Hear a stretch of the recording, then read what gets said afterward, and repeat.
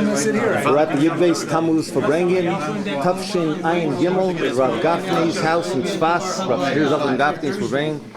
For all the Chevret tonight, Orly YUD Gimel Tammuz.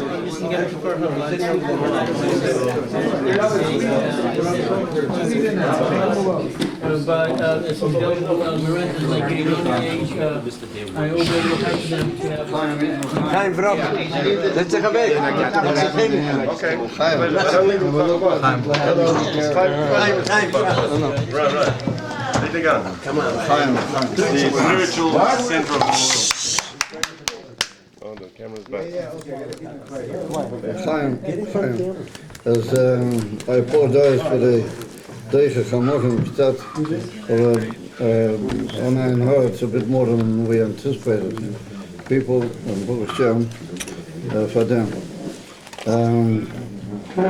I think for the time being, I'll stand up because it's hard for me to reach everybody. Sitting down, it's hard for me to reach everybody with my voice.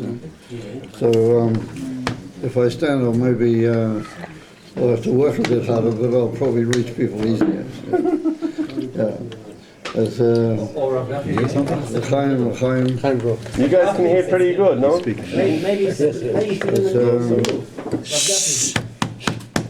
So we see that the Rashi brings in last week's Parsha Chukas.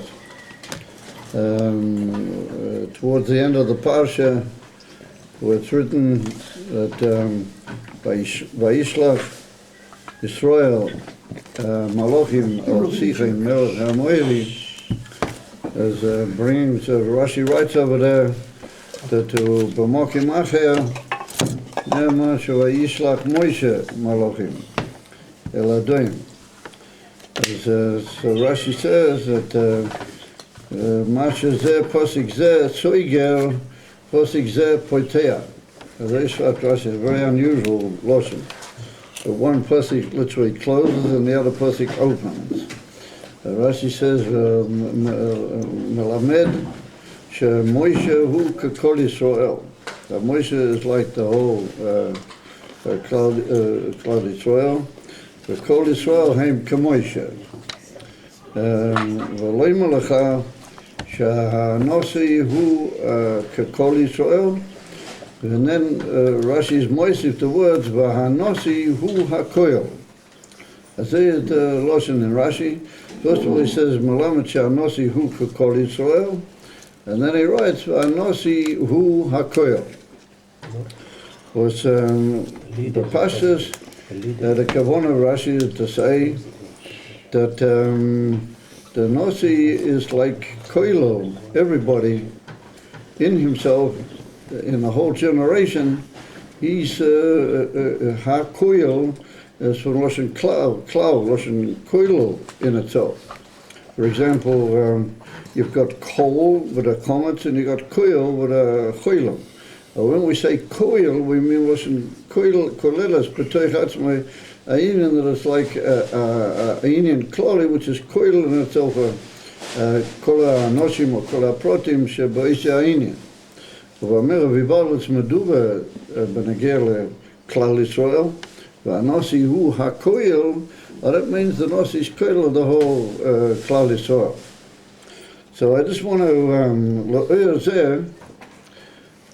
to mention a union, what I mentioned today in the koil, my son's koil, we had his father's, L'choid YUD BEIS TAMMUZ, that it's mamish bepashtus ayin a keep shooter. That if it hadn't been for YUD BEIS TAMMUZ, then all of us around this table would not be sitting around the table. And so there's a few people not sitting around the table, but they're sitting on the Balabatisha Sapa, or they're resting in a Balabatisha Benko.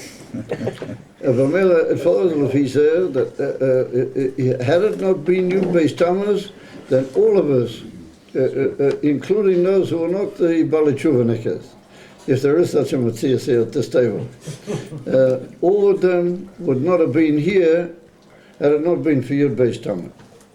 And the town is a posheta of its it's more than just the push at the town, and that is that at that particular time, Soviet Russia was gradually taking over and bringing to the knees came out the whole of the civilized world, and all of them were fear-stricken from the so-called Iron Curtain, with the ganze Arichas, with for decades, the whole world was put into a sort of semi-fear-stricken complex about the Soviet Union.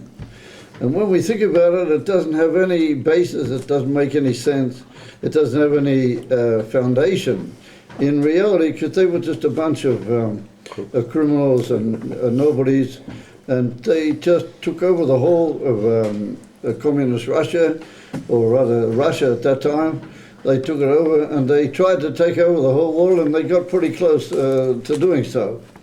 And it's just unbelievable what their relatively impotent situation led to. I mean, they just led to the most amazing control and shlita over the whole civilized world.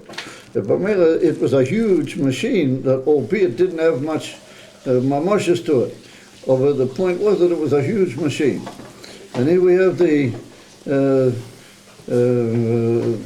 Friedrich Rebbe, the Rebbe Ayat, a not well person, a person weak from all the Yisurim that he'd had up till now, by no means a slick talker to get himself out of difficult situations.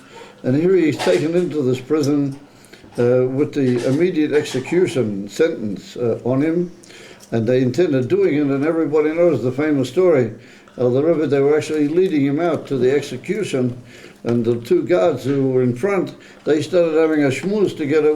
It's well known, the whole story. And the Rebbe, in the meantime, he saw a corridor going down to the right. He turned down that corridor, and he got lost in this huge building with all these corridors and with all the rest. And by the time these two goydoms woke up that their captor wasn't behind them, and they put out an alarm, and they tried to find the Rebbe. It took them an hour and a half to actually locate the Rebbe and work out where he was in the midst of this building. During that hour and a half, there arrived the order from the high window not to execute him. But you just see the unbelievable nisim that the Rebbe was being led to the Mokim HaYiriyah, Rahmanim Islam, and the day that he just walked down this, to the right, down this corridor. And they couldn't locate him, as during that particular time, there came the Heruah from the high window that they shouldn't carry out that particular sentence. In the meantime, it was changed that he would be in prison so many years, and after that in college, but upon him, it wasn't the death sentence, Rahman Islam. So we see that the Geidel Hanisim, the Pili Plois, that happened on every movement of the Rebbe, was just visited with Inyonim Piloyim, L'mayla mikol medida v'agbola, Inyonim shechutz midarchi hateva legamri. And so therefore we understand why it is that the Rebbe saw YUD BEIS TAMMUZ as the center of the whole kiyum of Yiddishkeit, and the whole yontiv, which in its, what we might call in its chus, and in its unbelievable oyer, the whole of Yiddishkeit throughout the whole world was heilig la'oyer zeh. And therefore the Rebbe referred continuously the whole time to YUD BEIS TAMMUZ in a most amazingly all-embracing way, as if it was the Ikei Yontav Shebekol HaShana. If you pay careful attention, you'll see that that's what comes out in the Igros Kodesh and the Yechidus and with different leading people, etc., etc. So I just want to mention now an interesting deal from the Alter Rebbe and the Hakdomus HaMalachit, Titania. A very fascinating deal was Mishum Zeh, Mikoyach Zeh, we'll be able to appreciate this whole Indian. What's this whole Indian? Anosi hu akoyel, v'anosi keklal Yisrael.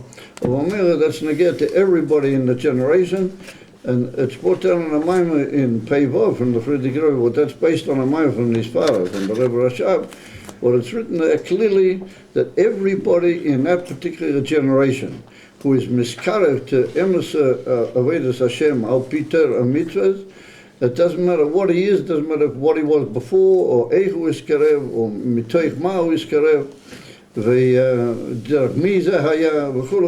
it was all in the koyach and in the drawing power and the immense chus of the Nosi Shebeis Hador.